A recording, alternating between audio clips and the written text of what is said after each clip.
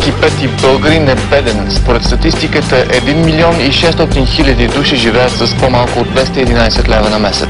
Според изследване на Института за икономическа политика, 70% от хората с кредит се затрудняват да погасяват задълженията си. И още тревожни данни. Само в Румъния децата са по-бедни от българските. Стана ясно при старта на европейска кампания срещу детската бедност.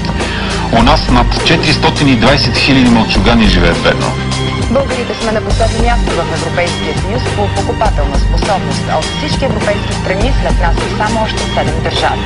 България е на последно място в Европейския съюз по брутен вътрешен продукт. Това сочат данните от анализа на икономическото министерство. Едва около 1/4 от българите са доволни от стандарта си на живота. С това обяви на своя интернет сайт Международната организация за социологически проучвания Галъп. Евростат отчете покачване на нивото на безработицата у нас и ни нареди на последно място в Европейския съюз. София е европейската столица с най-ниско качество на живот.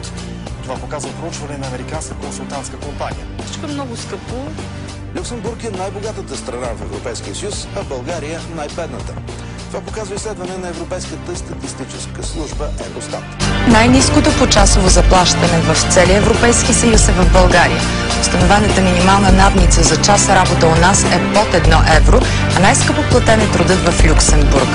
Данните са на Международното бюро по труда. Българите са най-ниско платени в Европейския съюз. Последните данни на Евростат потвърждават статистиката, че средната работна заплата у нас е най-ниската в Съюза.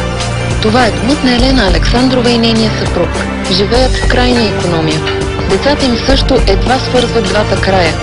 Едем най-лошия хляб в Европа и на това ще му се сложи край. Имахме 3 вида хляб, бял, добружа и черен, но имахме истински хляб. Сега имаме 30 и не ядем този хляб, който заслужаваме ние и нашите деца. Тревожно е състоянието на българското здравеопазване. Около това мнение се обединиха повечето от експертите, които коментираха Националната здравна стратегия до 2020 година. Ние сме на последното 33-то място в европейската класация на индекса на потребителите на здраве за миналата година.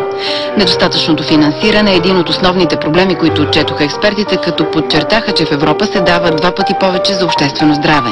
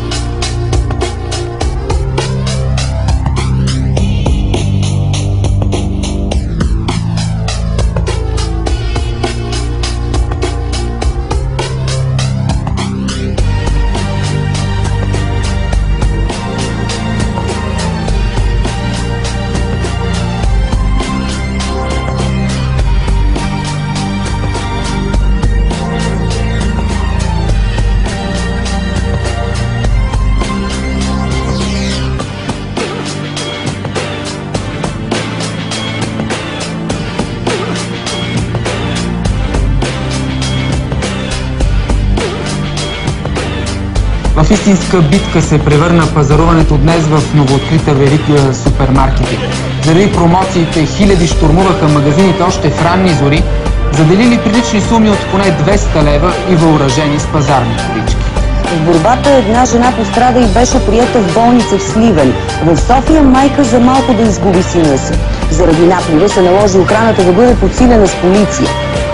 Нетърпеливи клиенти се бяха скупчили пред входа още при дори по-тъмно. С наближаването на официалното откриване напрежението започна да ескалира, а постигането на заветната цел да преминат през охраната се превърна в мисия невъзможна. Никой не искаше да изтърве промоцията на краставици за 33 стотинки и банани за 69 стотинки.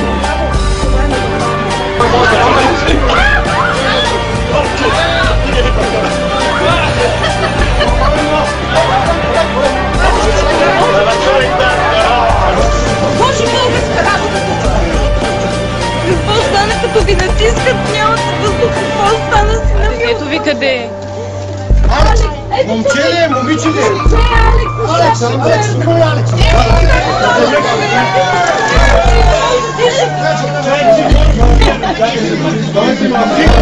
Това са картини, които на нас са ни познати от всички държави.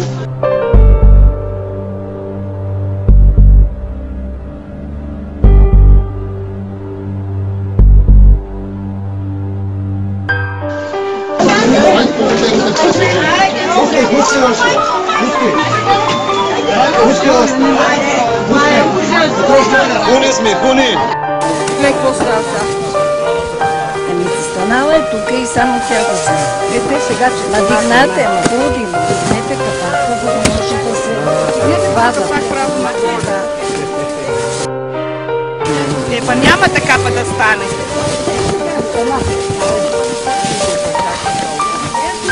Дали не? Тук е да.